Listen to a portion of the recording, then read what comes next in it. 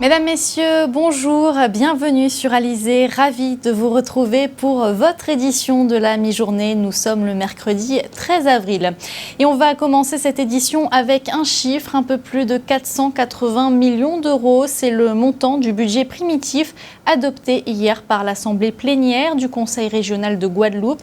Une adoption avec 8 voix contre, des débats qui ont duré plusieurs heures et qui ont donné lieu à de vifs échanges entre les élus de la majorité et de la minorité. Le reportage de Muriel Barlagne. Un peu plus de 480 millions d'euros, c'est un budget primitif contraint, un budget de transition. Pour le Conseil économique et social régional, un budget prudent. Pour 2016, l'exécutif régional a préféré prendre des précautions en l'absence du compte administratif et des résultats de l'audit lancé depuis son arrivée. Les premières analyses des finances du Conseil régional de la Guadeloupe auraient laissé entrevoir une mauvaise gestion de l'équipe précédente. Il y a 18,8 millions de factures sur l'exercice précédent qui ne sont pas réglées à la date d'aujourd'hui, donc il fallait en tenir compte. Également 29 millions de subventions, c'est pratiquement 50 millions de l'exercice précédent qu'il va falloir en tenir compte.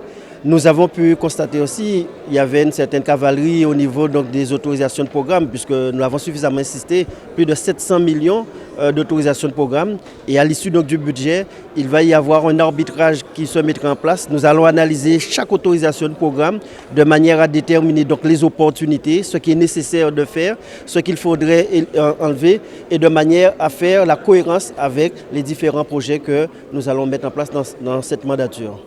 Ces arguments n'ont pas convaincu l'opposition, qui parle d'une restriction budgétaire qui ne se justifie pas.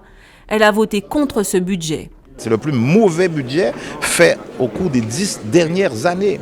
On va descendre l'épargne nette. C'est donc l'argent qui permet de faire de nouveaux investissements. À 26 millions. En 2015, donc mon bilan à moi, on est à 47 millions. C'est vrai qu'il y a un effet ciseau. C'est connu dans toutes les collectivités. Les dépenses augmentent. Et les recettes peuvent stagner, voire même baisser. C'est la raison pour laquelle en 2014, on avait baissé de 34 millions les dépenses de fonctionnement. Là, en 2016, on l'augmente de 18 millions. Et on baisse l'investissement de 73 millions. Comment voulez-vous qu'on puisse voter quelque chose comme ça ?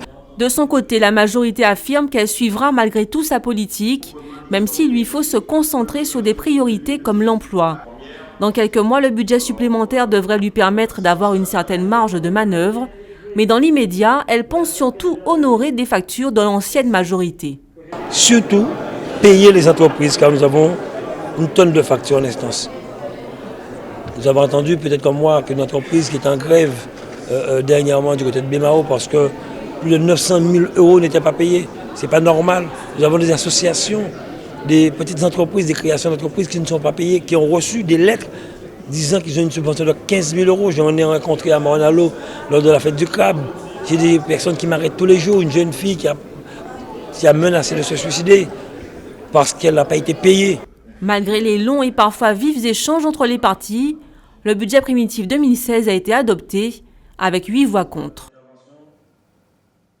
Et vous l'avez vu et entendu, le président sortant Victorin Lurel n'a pas voté ce budget primitif hier soir. Les finances de la région qui font débat depuis le début de la semaine. Dans un document envoyé aux médias, Harry Chalus a attaqué la situation financière de la région de son prédécesseur. Pour répondre à ces attaques, Victorin Lurel organisait d'ailleurs une conférence de presse hier. Le reportage de Jacques Damprobe. Ce budget n'étant pas sincère, ce budget étant un budget politicien, on dirait que la campagne électorale n'est pas terminée et je m'en étonne. Une élection est gagnée. J'ai perdu une élection.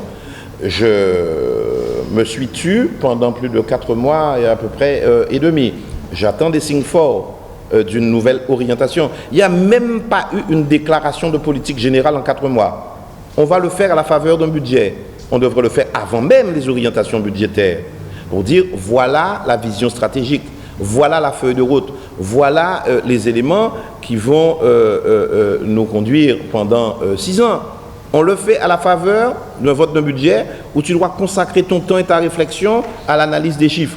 Là, on va te faire de la philosophie. Nous allons en prendre acte et bien entendu, on réagira le moment venu. sur cette affaire-là. Nous serons des opposants responsables et raisonnables. Chaque fois que ce sera bon, j'aime mon pays, je pense que on est animés tous du même esprit, on votera. Mais là, ça nous sera difficile de voter ce budget-là. Et je vous propose maintenant de regarder le reportage complet de Jacques Damprop sur cette conférence de presse de Victorin Lurel.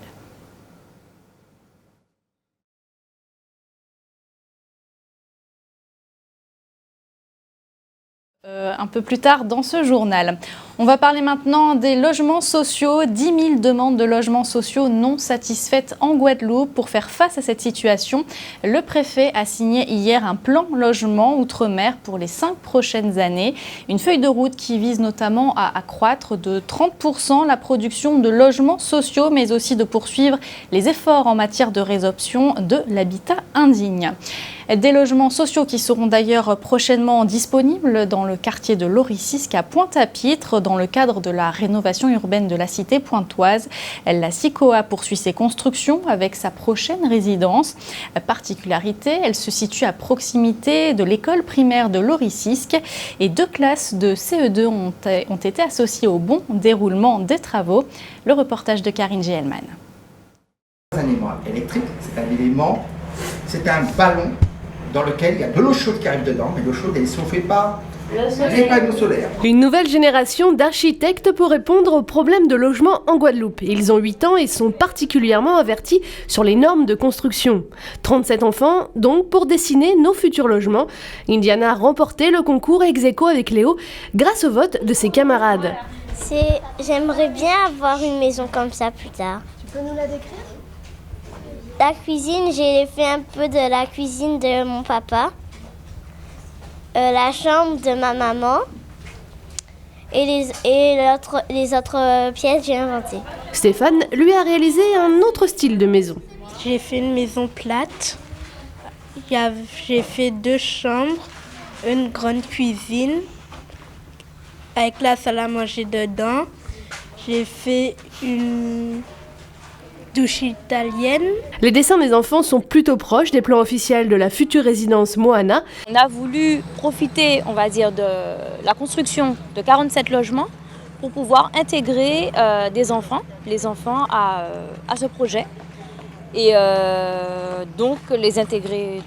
On a fait découvrir aux enfants le monde de la construction, les intéresser et les intégrer à un projet durable, parce que c'est un projet qui dure quand même sur 18 mois.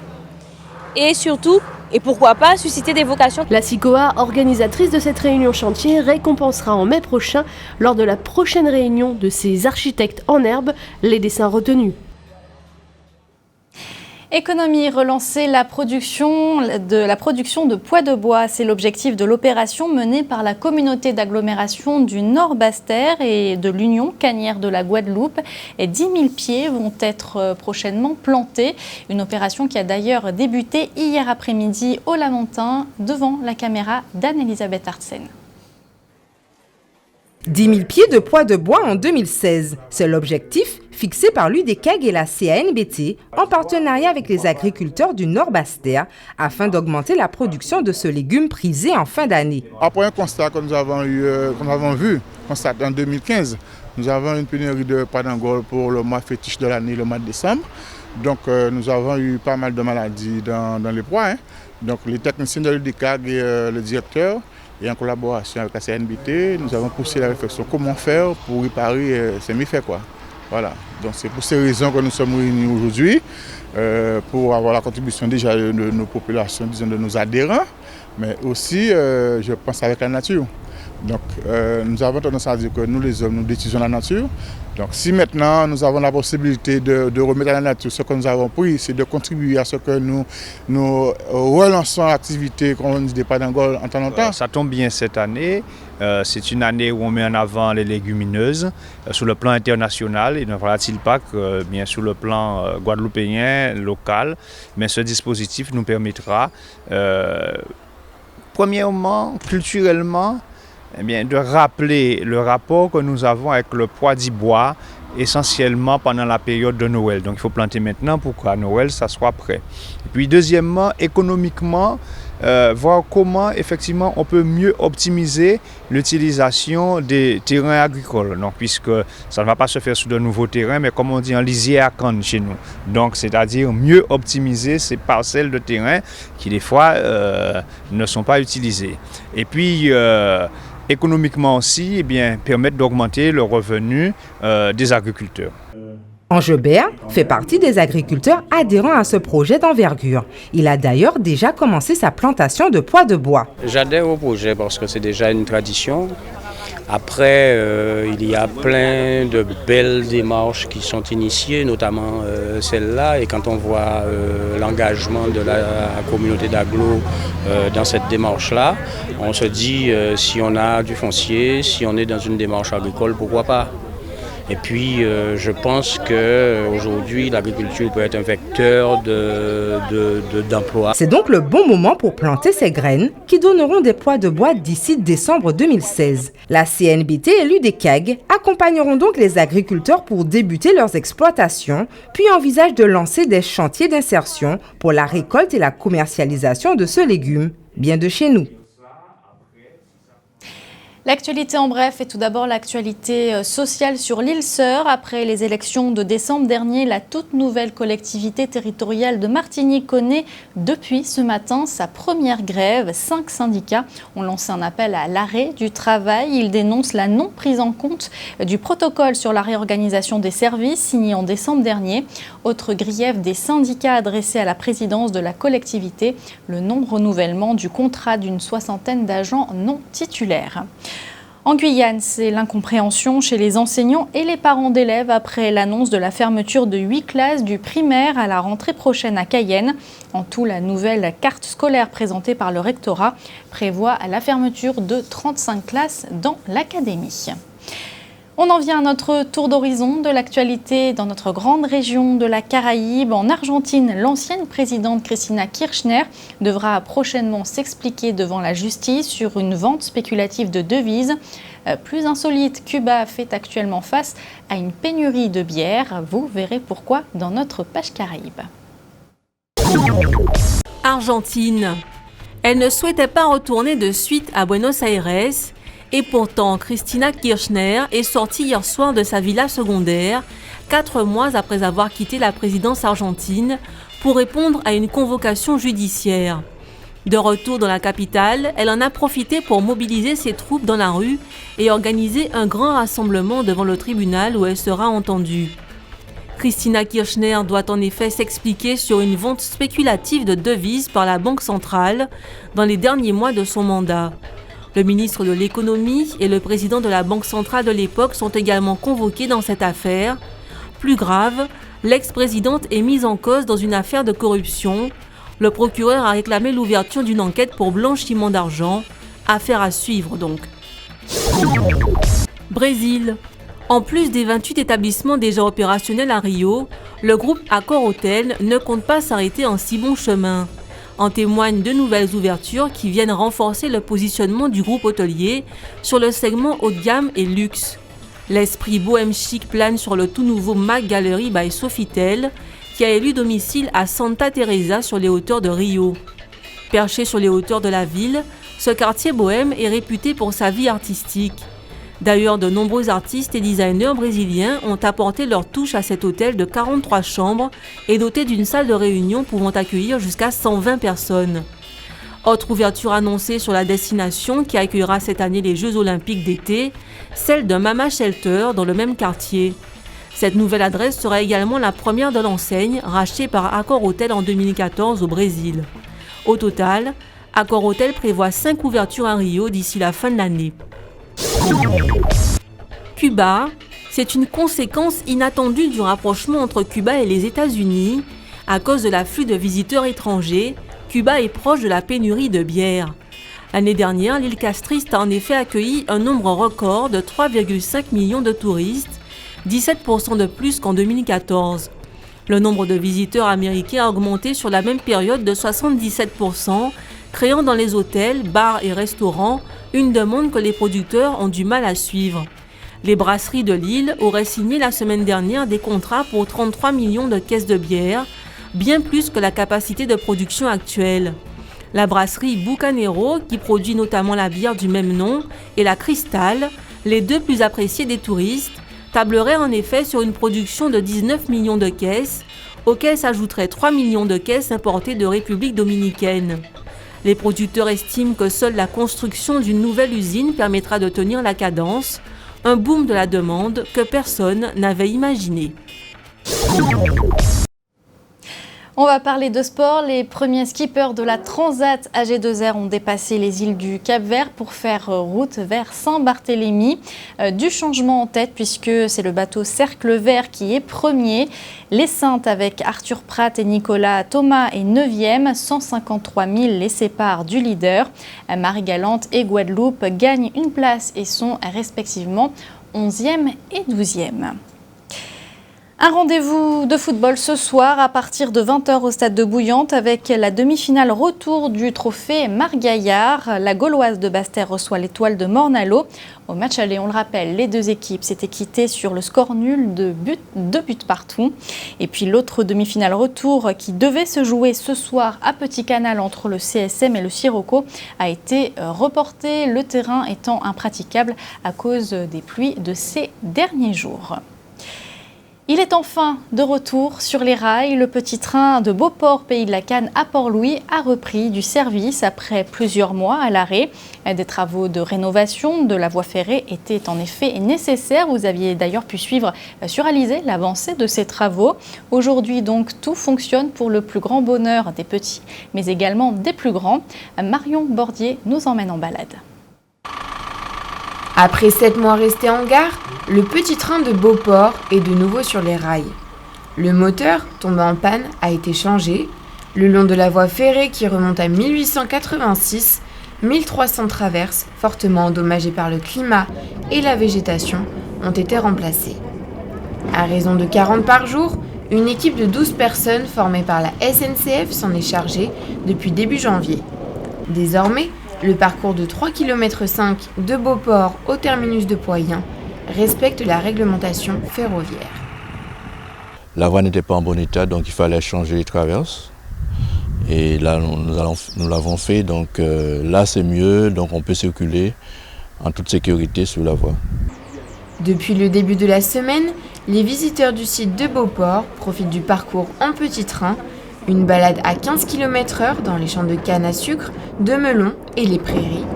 La locomotive, suivie de ses wagons, traverse plusieurs fois la route, un pont ou encore des passages creusés par l'homme dans la roche.